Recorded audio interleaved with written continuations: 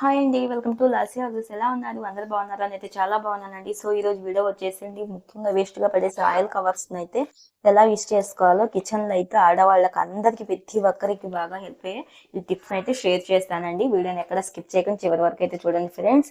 ఇలా వేస్ట్‌గా పడేసే ఆయిల్ కవర్స్‌ని అయితే ఇలా తీసేసుకొని పక్కన పెట్టేసేసుకొని వేస్ట్‌గా అయితే పడేయగాకండి. దాంట్లో అయితే ఎంతో కొంత అయితే మనం ఆయిల్ వాడేసిన తర్వాత ఎంతో కొంత అయితే ఉంటుందండి. దాన్ని అయితే వేస్ట్ చేయకుండా ఈ సైడ్ అయితే కట్ చేసాం కదండి. ఒక్కోసారి ఇలాగే వంచేసి ఇలా వదిలేసేస్తూ ఉంటాము.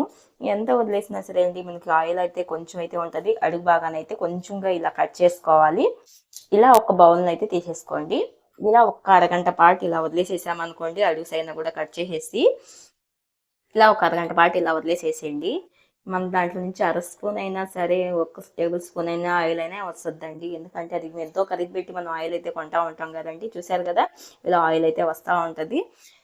వేస్ట్గా పడేయాల్సిన అవసరం లేదండి. దీన్ని మనం వాటిలోకి యూజ్ చేసుకోవచ్చు. చూసారు కదా, టిప్ ఈజీ వద్దనుకుంటే ప్లీజ్ లైక్ చేయండి. సో సెకండ్ టిప్ వచ్చేసండి టమోటాలు అనేది ఎక్కువ తెచ్చుకున్నప్పుడు టమోటాలు ఒక్కొక్కసారి 2 కేజీలు 3 కేజీలు హాఫ్ కేజీ అలా ఎక్కువ తెచ్చుకుంటా ఉంటారు కదండి. తెచ్చుకున్నప్పుడు అయితే ఎక్కువగా పాడైపోతూ ఉంటాయి. నా దగ్గర అయితే 2 టమోటాలు ఉన్నాయి, చూపిస్తున్నానండి. ఇలా టమోటాలను అయితే శుభ్రంగా కడిగేసేసేసి తుడిచేసేసింది. తడి ఏమి లేకుండా కొద్దిగా ఆయిల్ని అయితే కొంచెం ఇలా అప్లై చేసేసుకోండి. ఇలా అప్లై చేసేసుకున్న తర్వాత ఆయిల్ కవర్ని అయితే ఇలా కట్ చేసేసుకొని, వీడియోలో చూపించిన మాదిరిగా ఇలా కట్ చేసేసుకొని ఆ టమోటాలని దీంట్లో పెట్టేసేసుకున్నాం అనుకోండి. తేమ అనేది అస్సలు లేకుండా చూసుకోవాలండి. ఇలా పెట్టేసేసుకున్నాం అనుకోండి, అసలు ఎన్ని రోజులు ఉన్నా సరే పాడవు. హాఫ్ కేజీ అంటే మనం కేజీ అలా తెచ్చుకున్నప్పుడు ఇలా పెట్టేసేసుకోండి. 2-3 కేజీలు అంటే ఇంకా తప్పదు కదా, ఏరే దాంట్లో పెట్టేసుకుంటా ఉంటారు. లేదు అనుకుంటే 2 ఆయిల్ ప్యాకెట్స్ అయినా పెట్టేసేసుకున్నాం అనుకోండి. ఇలా ఫ్రిడ్జ్లో మనం టమోటాలు అనేది అస్సలు పాడవ్వండి. ఒకసారి తప్పకుండా ట్రై చేసి చూడండి. సెకండ్ టిప్ వచ్చేసండి, చాకులు కత్తిస్ మనం వంటగదిలో అయితే రోజు వాడుతూనే ఉంటాం. మనం ఎంత వాడినా సరే అండి మనకు ఇలా తుప్పు పట్టేస్తూ ఉంటుంది. చూసారు కదా, సిజర్స్ కానీ లేకపోతే చాకు కానీ నైఫ్ కానీ ఇలా అన్నిటికి కూడా ఇలా తుప్పు పట్టేస్తూ ఉంటాయండి. తుప్పు పట్టిన వాటిని ఇలా తుప్పు పట్టకుండా నీట్గా ఉంచుకోవాలి అంటే ఈ టిప్స్ని అయితే తప్పకుండా ట్రై చేయండి ఫ్రెండ్స్. ఇలా ఆయిల్ ప్యాకెట్ని అయితే ఎంతో కొంత ఆయిల్ అయితే ఉంటుందండి, అసలు లేకుండా అయితే ఏముండదు. వేస్ట్గా పడేసే వాటిని ఇలా చేసుకున్నాం అనుకోండి, తుప్పు అస్సలు పట్టవు అనమాట.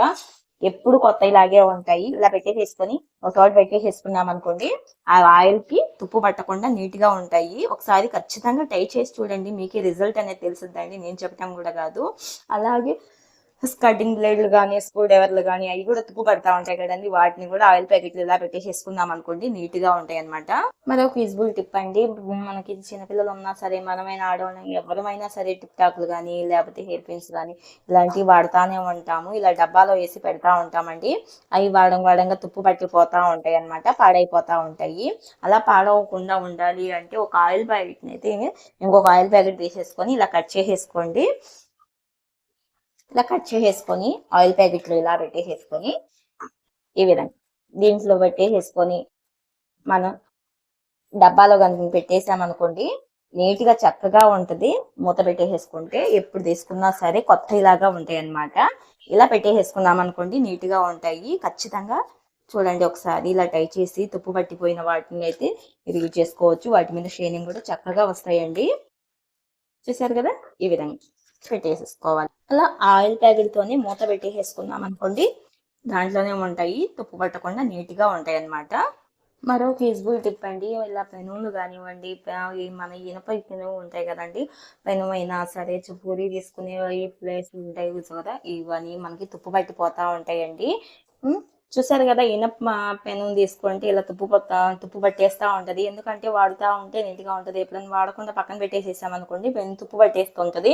అందుకని మీకు క్లియర్గా చూపించడానికి తుప్పు పట్టిని చూపిస్తున్నానండి. చూడండి, ఇలా నల్లంగా అయిపోయి పూరి తీసుకున్నప్పుడు ఆయిల్లో ఇలా ఉండి నల్లంగా అయిపోతూ ఉంటాయి. వాడంగా వాడి పక్కన పడేస్తూ ఉంటే, అలా పడేసకుండా దీన్ని మళ్ళీ రీడ్ చేసుకోవడానికండి చాలా నీట్గా ఉంటాయి. ఆ తుప్పు అంతా కూడా నీట్గా క్లీన్ అయిపోద్ది. ఒక సైడ్ అయితే ఇలా కట్ చేసేసుకోండి, వీడియోలో చూపించిన మాదిరిగా. ఇలా ఒక 2 ప్యాకెట్లు 3 ప్యాకెట్లు అయితే కట్ చేసేసుకొని చక్కగా దీన్ని అయితే దీంట్లో పెట్టేసేసుకున్నాం అనుకోండి, చక్కగా నీట్గా ఉంటాయి. ఆ తుప్పు అనేది అస్సలు లేకుండా చక్కగా ఇవైతే ఒక 2 ప్యాకెట్లు ఇలా కట్ చేసేసి పెట్టేసేసుకోండి. చూసారు కదా, ఇలా ఒక 2 ప్యాకెట్లు పెట్టేసేసామనుకోండి నీట్‌గా ఉంటాయి. ఆయిల్ దానికి ఎంతో కొంత ఆయిల్ ప్యాకెట్ ఉంటది కాబట్టి తుప్పు పట్టకుండా నీట్‌గా కూడా ఉంటాయండి. ఒకసారి ట్రై చేయండి ఫ్రెండ్స్. చూసారు కదా, ఇలా ఎన్నుంటే అన్ని ఇలా పెట్టేసేసుకోండి. వేస్ట్‌గా పడేయాల్సిన అవసరం లేకుండా చక్కగా వస్తువులు నీట్‌గా ఉంటాయి. మనకి పాడవకుండా ఉంటాయండి. మరో ఫీజిబుల్ టిప్ అండి. మనం చిన్నుల్లిపాయలు అయితే గడ్లు గడ్లుగా అయితే ఇలా పెట్టేసేసుకుంటాం. కేజీ, 2 కేజీలు అలా తెచ్చుకుంటా ఉంటాం కదండి. తెచ్చుకున్నప్పుడైతే గడ్లుగా అలా పెట్టకూడదనమాట. ఇలా ఒలిచి పెట్టాలి. ఎందుకంటే పుచ్చులు దాంట్లో అన్నీ ఉంటాయి కదా. కొంచెం పోయిన పాయలు అన్నీ తీసేసుకొని ఇలా పెట్టేసేసుకోవాలి. మనం ఒలుచుకోవాలంటే కొంచెం కష్టపడతా ఉంటాం కదండి. కొంచెం అవి రావు పొట్టు అనేది అప్పటికప్పుడు. ఒక ఆయిల్ ప్యాకెట్ని అయితే ఇలా తీసేసుకోండి. ఆయిల్ని అయితే ఇలా ఈ ఒలిచినవి అన్ని పొట్టిని అంతా దీంట్లో పోసేసి ఇలా ఆయిల్ అయితే ఇలా అప్లై చేసేసి కొంచెం ఎండలో పెట్టామనుకోండి. చూడండి ఆయిల్ చూసారా దీనికి ఎలా తగిలిందో. ఇలా ఎండలో పెట్టేసేసి తర్వాత మళ్ళీ దీంట్లో వేసేసుకొని కొంచెం పొట్టు తీసుకున్నాం అనుకోండి. ఎండలో పెట్టేసిన ఒక అరగంట పాటు కొంచెం చపాతీ కర్ర తీసుకొని కొంచెం ఇలా కొడితే చాలండి. ఎండలో పెట్టేసేసి ఊరికనే మనకి పొట్టు అనేది వచ్చేసిద్ది అనమాట. చాలా ఈజీగా వచ్చేసిద్దండి. తీసుకోవడానికి ఎక్కువ శ్రమ పడాల్సిన అవసరం కూడా లేదు. చూసారా, నాకు గోర్లు నొప్పి పుడతాయనే బాధ కూడా ఉంటదన్నమాట. చాలా ఈజీగా తీసేసుకోవచ్చు. ఒకసారి ఖచ్చితంగా ట్రై చేసి చూడండి. మీరు చిన్నులపాయలు ఇలా ఎక్కువగా ఉన్నప్పుడు ఆయిల్ ప్యాకెట్ని అయితే వేస్ట్‌గా పడేయకుండా అలా కొంచెం చపాతీ కర్రతో కొంచెం కొడితే మనకి పొట్టంతా వచ్చేస్తుందండి. దీంట్లో కొద్దిగా రఫ్ చేసామనుకోండి ఊరికనే ఇలా ఊరికనే వచ్చేస్తుంది అనమాట. ఆయిల్లో కొంచెం ఆయిల్ రాసేసింది.